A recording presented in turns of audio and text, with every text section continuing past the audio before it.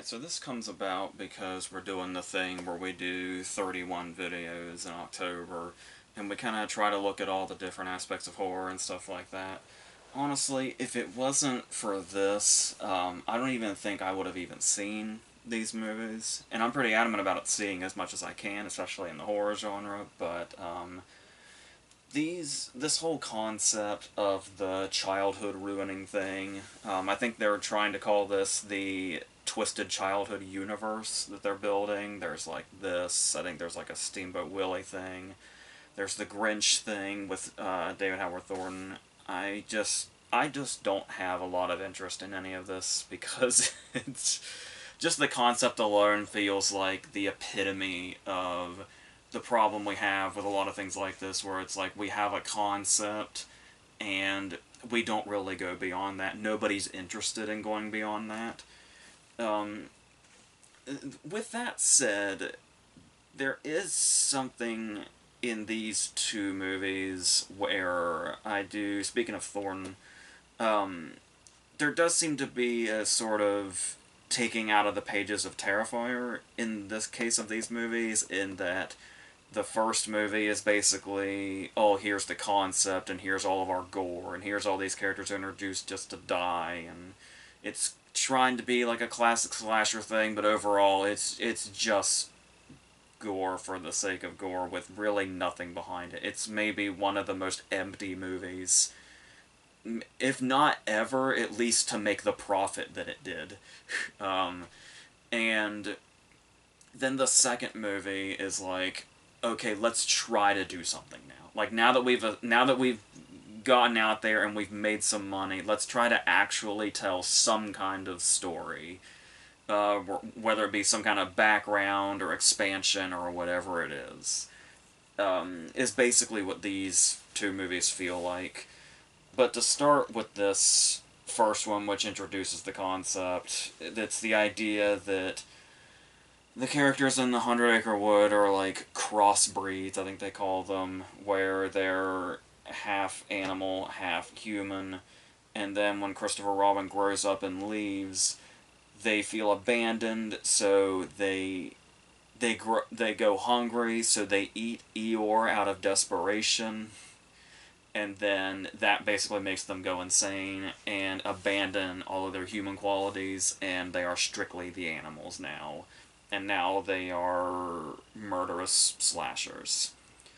So we have the opening scene where Christopher Robin does come back with his wife, and his wife is killed and he is taken into the woods. And there's moments here where you think maybe there's some sort of artistic thing they're trying to do, like when they drag Christopher Robin into the woods. It goes into like this animated sequence, which maybe this is out of the confines of the whole public domain thing, but I feel like if maybe they at least remotely tried to resemble like the Pooh animation, there would have been something to that, but it's just like this sort of generic, sort of black and white thing going on. It doesn't really mean much of anything because it felt like there was a lot, when you would talk about the concept being so thin and there being no expansion on it whatsoever, as far as, oh, we have an idea, let's make a movie, with nothing in between. Um, it feels like there's a lot that is just filling up time.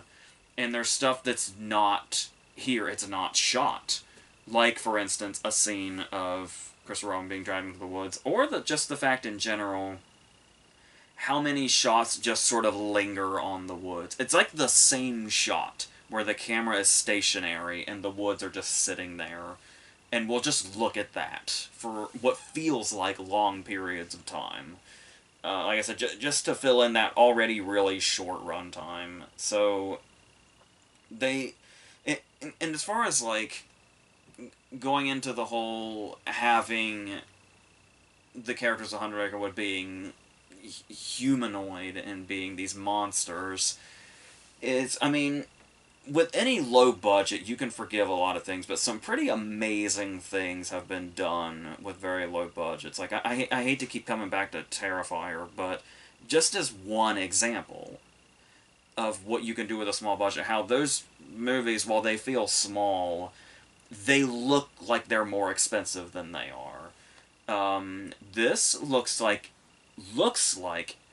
it's less expensive than it was, and it's already really cheap. I kept forgetting that the concept was that they are humanoid monsters and not the fact that they're supposed to be just big dudes in masks. Like, I kept actually forgetting that while watching it, so that's not really. There's not a lot pulling you in regards to this whole thing. Like as far as like trying to do some sort of classic slasher vibe, they'll introduce a lot of characters, mostly women, and just sort of kill them brutally. Some of them are there for like eye candy. There's the one that gets her face smashed in and then thrown into a wood chipper, but before that, naturally, he rips her shirt off and her tits are out, so we've got that. Um, like I said, I'm all for going for, like, oh, here's all the slasher tropes that, we're doing, like a throwback kind of thing. But this just, like I said, this feels so lazy, and the word that keeps popping back into my head is empty. Like, there's just nothing in here. It was all just, oh, this is in the public domain now, let's do this, concept that some edgy 14-year-old would come, like a 14-year-old that's, like, really into gory movies and is like, oh, I don't want to do childish things anymore. I don't want to watch Disney movies anymore or go trick-or-treating anymore, all the childish stuff. Now I want my stuff to be dark and bloody because I'm 14, is basically what is going on here. So, for almost an hour and a half. And it's some attempt to have some humanity. We have a character who, depending on where the movie is either the main protagonist or the secondary protagonist to Christopher Robin. I don't even remember her name. Maria, maybe? Maybe that's it. She's traumatized. Because, of course, she is. Because she had a moment where somebody broke into her house and was stalking her.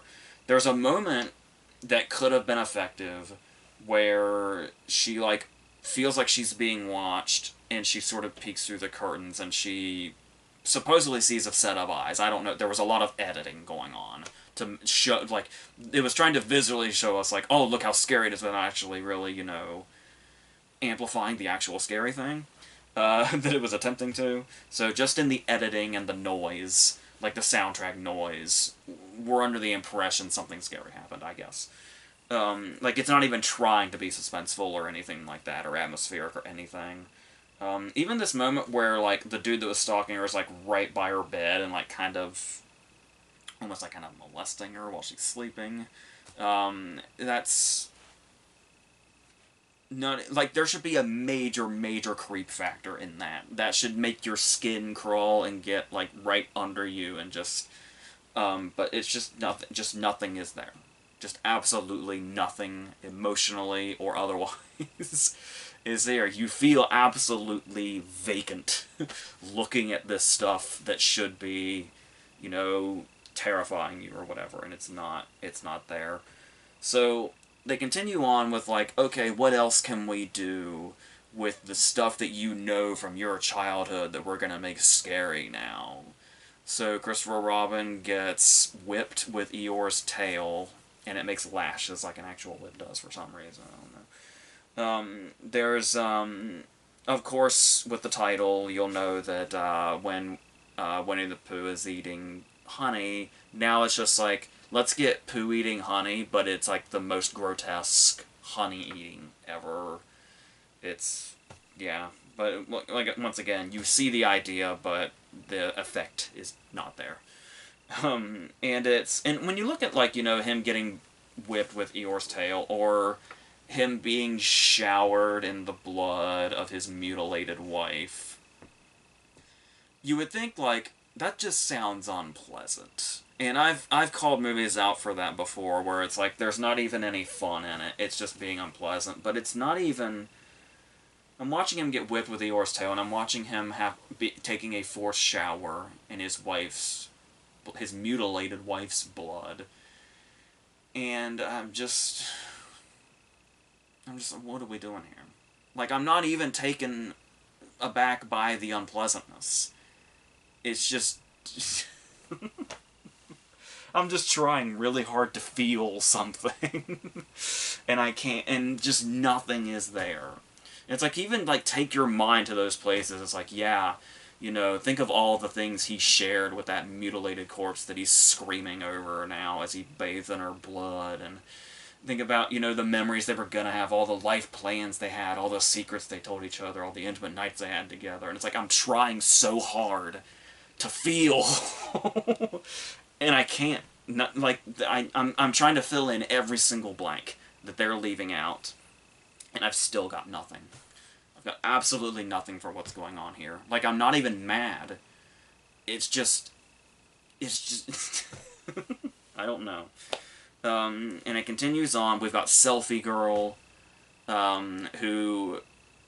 We meet her, and she's taking selfies in her room, scantily clad. Then later she's in a jacuzzi, she's taking selfies, scantily clad. And then she gets her head run over by a car. That's...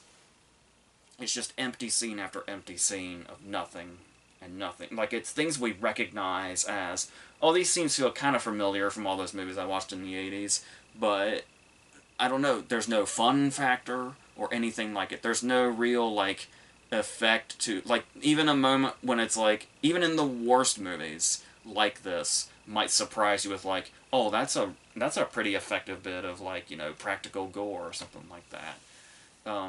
Because even, you know, like, this isn't a uniquely bad movie. If you've really went into the depths of horror, you found, like, these slashers that just have nothing else going on just like this. Like I said, at some point you'll come across somebody that was behind the scenes on those movies that had some sort of passion for production value. And so you'll have, like, a gory moment that you remember or something like that, or some creative kill or something like that. Maybe, possibly even a character or two might. It's less likely, but maybe that'll happen. Maybe you'll have some emotional connection with one character in this, maybe. I don't know. It's sort of like, in Friday the 13th 4, I actually always found it really tragic when those two characters that are in the shower, where the guy gets killed with his head crushed against the wall, the fact that they imply that those two characters have just freshly fallen in love right before Jason kills them. And it's like, that should mean nothing to me, because we don't really know these characters. There's not any real emotional foundation going on in much of that movie. But that's something that always stuck with me about those two characters, is imagine being a young teenager, falling in love for the very first time, and then Jason Voorhees brutally murders you. Like, that's the kind of thing where it's like, those moments can sneak in. They can, it is possible for them to be in a movie that's only purpose is for gore and kills. But you're not, it's just, there's just nothing here at all. There's one, if we're being very generous now, because we're getting very desperate, there's one kind of decently shot sequence where Piglet corners a girl in a pool that kind of stood out visually in a way. So there's that sequence, I guess. And they even bring that back in the second movie, so I feel like they knew what their best sequence was. So, but we'll get to that. So yeah, talking about, you know, any sort of character connection whatsoever, or any sort of humanity in it, we do meet one of the victims very, very late into the movie, where she's, like, chained up, and, like, her face has been, like, half torn off or whatever. And apparently Piglet did this, so now this character is out of her chains, and now she's got this vendetta against Piglet. It's like, you know, completely fucked me up, you tortured me, now I've got a gun and I'm gonna... And then they set up like it's gonna be like some big showdown with this character and Piglet, but it's like... First of all, it's really hard to get past the fact that we just met this character 20 seconds ago. There's no weight to any of this. And even if there was, Piglet kills her immediately. So that's... Or one of them killed her immediately. I think Piglet came back and it might have been Pooh. I don't care. I don't. We met her 20 seconds ago. There's no weight or gravitas to this showdown. I don't care. So there's even a moment that's quite funny, unintentionally, I think, where I think it's when this girl's being killed. She's being killed brutally and graphically, and so our protagonist here, whose name might be Maria, is like, oh god, oh my god, we're seeing something gory. Oh my god, this is gonna traumatize us forever. And her friend turns to her and starts like patting her back. It's like, first of all, I would think everybody here will be traumatized, but that's just that'll be one of the moments that weirdly stands out to me. It's like, I'll remember two things about this movie. I might possibly remember that pool scene, and I'll remember her friend turning and patting her back while they were all watching somebody be slaughtered. So, I don't know. And then it gets into the sort of, oh, we're so hopeless and hardcore territory where basically everybody dies. Christopher Robin eventually gets away, and it ends with Pooh savagely massacring our final girl, or who would have been our final girl. Which I guess is supposed to be some sort of subversion of expectations that she died, but Christopher Robin's already here, so, like I said, main protagonist, secondary protagonist, the movie couldn't seem to decide what to do with her, so I guess it made its decision by killing her at the end, and that's literally how the movie ends. And like I said, you're just left with this feeling of emptiness, and I don't give a shit. So, I had alluded to the fact that the second movie is trying to do something. So, let's be clear. I don't want to, give the second movie a bunch of backhanded compliments or anything like that, but I just feel like it's important to remember how low the bar is after that first movie. The bar basically doesn't exist. The bar is 3 feet underneath the ground. That's how low. Like, we're not even starting in any particular place. We might as well be at square one. But, so, when you look at it that way, I do think the second movie, you can see a significant increase in the production values, at least.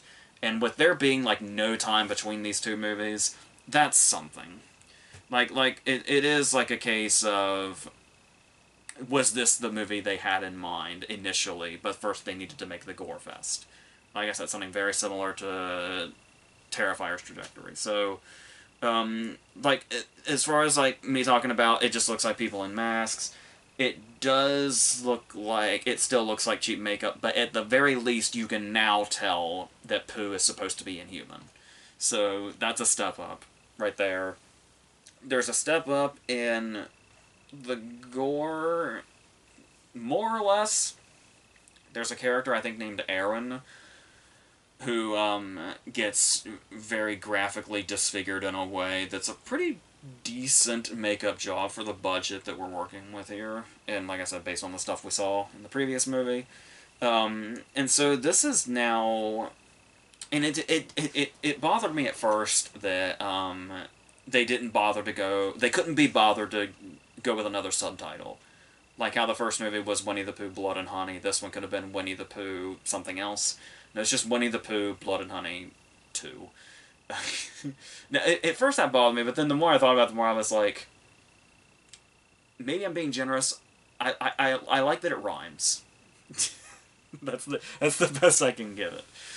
So it's got that almost sort of storybook rhyming quality. So, like when you hear Winnie-the-Pooh and Tigger 2, Winnie-the-Pooh, Blood and Honey 2, there's something there, I guess. If you wanted to criticize it not having a different title. So, whatever. And so yeah, speaking of Tigger, this one is going to try to introduce some of the other characters, like Tigger and Owl. Owl, they took a decent approach to. He's like a mutant bird, as you can imagine. He kind of looks like the costume in My Soul to Take, which, if you were here for last year's videos, you know how much I fucking love that movie. But there's something, like I said, there's definitely an increase in quality here. But like I said, you have to keep that in context with what the previous movie was, which was nothing at all. So, much like we just talked about in the Hatchet movies, and it's happened plenty of times before, the next movie picks up with Christopher Robin essentially being blamed for what happened in the first movie because nobody believes there's monsters or whatever. So it just looks like he killed everybody. Um, we have this sort of pointless setup for this cinematic universe they're trying to do, where apparently his therapist is Mary from Peter Pan, and that's another thing that's going to be in like this sort of childhood trauma, whatever the fuck it is. Um, I will say one thing they did that was interesting here that made you kind of think, okay, maybe they're doing something a little different now. Maybe they're trying to actually, get us to maybe not necessarily invest in a way, but get us to have a genuine reaction to what's going on. And so I was actually pretty surprised that about 20 minutes into this movie they blew Piglet's head off. When he was one of the main, it was him and Pooh in the first movie. They were the main antagonists, and to kill Piglet that early, and to have him be killed by characters that are pretty meaningless, I thought was actually kind of interesting and kind of made me say, okay, what else do you have? It was, okay, my mind is open now. What else do you have? And yeah, there's one thing that's interesting where it does go into, it's what I was looking for, where it's like they're kind of expanding on something and they're going into a certain direction. This is a movie from this year. I try typically to not go into like full-blown spoilers when I'm talking about a movie that's still from this year, so I'll be kind of like half in that territory. But there is one other thing here where it almost seems like it's going to try to do a meta thing, Scream 2 thing, if you will, where now a movie has been made about the events of the first movie that now exists in this movie's world, and that's why people are kind of giving Christopher Robin the side eye. And they don't really do... I thought that was going to be much more than what it was, but it's not. It's just a background thing. Like I was alluding to about the first movie, they didn't do like the, oh, we're gonna do a send up of this kind of thing, the thing that Scream 2 already covered. Um, but it's just gonna be somebody's watching the movie on TV and it's just the first movie. Like, it's not, like, the only thing they changed was they made a Morbius joke. The only thing this movie really has up its sleeve to give you in regards to, hey, look how meta we are, is a meme that was never funny in the first place and is still to this day being run into the ground. So make of that what you will. But to go on the other side of the other different thing they're doing now, which is much more interesting, I feel like normally I would hate what they did here with this sort of explanation of how they became these humanoid creatures in the 100 Acre Wood, how they came to be. But I think I'm just so relieved the movie's trying to have a story. And it's trying to connect things that I'm not really mad at anything they're doing here as far as this story goes. I mean, it's not particularly original or mind-blowing, but for fuck's sake, it's something, which is more than the first movie. So, yeah, I mean, there's moments here where they try to have, emotional moments or moments that make us care, like Christopher Robin with his little sister. It's a scene that's just sort of forced cutesiness. But like I said, they're trying to make us care about the characters, which, after all that, is relief. It's like aloe on a sunburn. So it's got a little bit of that, even if it doesn't like work or it doesn't actually make you feel. It's finally trying. So there's that. And then we have, like I said, the inclusion of stuff like Tigger, where like cops come in and they see a bunch of bodies and they say, alright, fuck this, let's bounce. And Tigger appears and says, "That's my line," and impales them with his hand, his claws. Now, the interesting thing about Tigger here is, it kind of seems like they were actually doing a decent, like, darker, scary monster version of Tigger's voice. Like, you can kind of hear Tigger's voice in the voice that they're doing.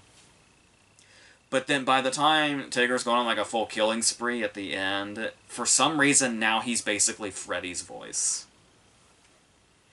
Which, I don't know. There was already a Freddy reference with the kid in the costume previously in the movie, so I guess they were just embracing that. There's a few things here where other movies seem to come into it, and I can't tell if it's intentional or not. Like, there's not even movies, a TV show, actually. There's knives in a dishwasher is how somebody dies. Like the beginning of the Chucky TV series did a kill with that. So that just felt like a rehash of that. There's a moment when it ends up being pointless, where one of the kids has like a remote control car camera to kind of look and see where the monsters might be in the house. This only lasts for a second, but it's what the kid in The Purge had, basically. But weirdly enough, it felt, this might seem unrelated in it, but the director of these two movies, his name is Reese Frake Waterfield, I think, which is kind of funny because whenever I would see his name, my wires in my brain would get crossed, and I would see Reese Wakefield, and Reese Wakefield is the name of the actor that plays the Let Us Purge guy in the first Purge movie. So it almost seemed like an omen, like it was inevitable. This was going to have a rip-off Purge scene somewhere. I don't know. That's just my brain trying to make something of something, I guess. But like I said, there's ideas here that are interesting with this. At first I was thinking, like, where is this kidnapped brother storyline going? And when that started to evolve into what it evolves into, like I was saying, I feel like I should hate it, but I kind of don't. It was almost giving me vibes of what the Five Nights at Freddy's movie was trying to do with its sort of lore. But it's... I don't know, like I said, as long as it was trying to do some kind of story, it's already an increase of what they were doing initially. But there was like this other detail where if I was hearing correctly, it was something like Pooh was always doing like gruesome, disturbing things, and Child Christopher Robin was like kind of mentally blocking those out. So he was like always kind of the animalistic quality. There's something in there that's interesting and creepy enough, even though I think the movie blatantly tries to tell us that it's creepy. So it's got a narrator going on that's kind of supposed to sound like, you know, the narrator from childhood. And it, much like the Tigger voice, it's like, it's almost there. I can kind of hear it.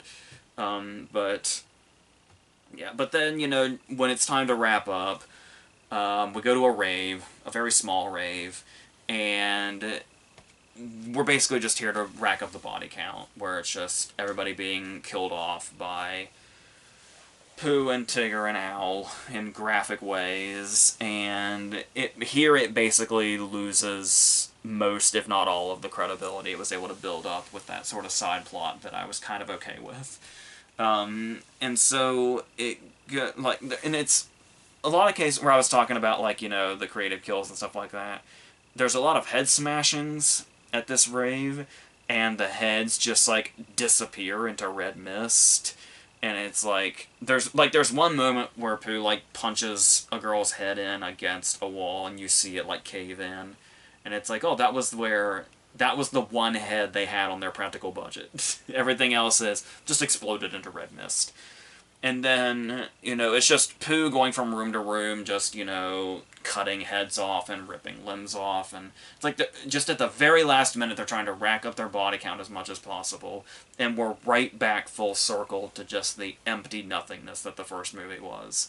And it's like, maybe it's one of those cases where they were thinking, oh, this is what you come to movies like this, where you want to see the kills and the gruesomeness and all that. And it's like, there's just something about these movies, though, that just isn't fun. Like, and there's so many instances of movies that are basically just kills being fun. Like, surprisingly fun. Like I said, I can't... I think I've expressed in 50 videos at this point that I practically know the Friday the 13th series by heart. And that barely has any story at all. It's just kills. But I always go back to those movies because there's some fun quality about them. And that's just, it's just something that's missing here. So you can see, like I said, you can keep seeing what they're trying to do, but even in the moments where you can see the cheapness, which can be the fun about some of the kills in like the Friday the 13th series or other older slashers, where you can see it transition from like a real person's body part to a clearly fake body part, or whatever it may be. Whatever the charm is of this that we horror fans love for some mysterious reason. But here, it's just, like, it almost feels pathetic. Like, when you see, they have this interesting idea of Pooh running after them like a bear runs down a hallway, but it's very clear the actor is, like, on his stomach on some kind of thing above the camera, and he's just moving his arms, and it looks ridiculous. And not in, like, the charming, oh my god, it's so bad it's good. And I'm not a so bad it's good person. I think that is the stupidest goddamn overused phrase ever, and it makes no fucking sense to me. Either you're really enjoying something, or you're not. and I'm just not into this. So, but naturally, if you stick around for a mid-credit scene, it sounds like they're still going to be going. I think this one made about as much of a profit as the first one did. Maybe, like, if it was less, it was just a tiny sliver less. But it made a profit again, to my understanding. So, as long as they stay cheap, I'm guessing these are going to go on for the foreseeable future, especially since they're planning on making a whole universe with the Peter Pan thing and the Steamboat Willie thing and whatever the fuck else they're going to do. So... And I'm just going to continue to be on the sidelines and not care. I probably just won't bother unless we're doing something like this again. Like, it gets to be October and I need an extra video, then that'll be when it happens. But, until then, I'm done with this shit, so we're going to keep going with the straight-to-video stuff. There's going to be a few more Stephen King stuff. There might be a King thing right after this, actually. And then, some things here and there. And one more franchise at the end. So, and our Oscar predictions will be in there somewhere as well. So, until all of that stuff, I think that's it.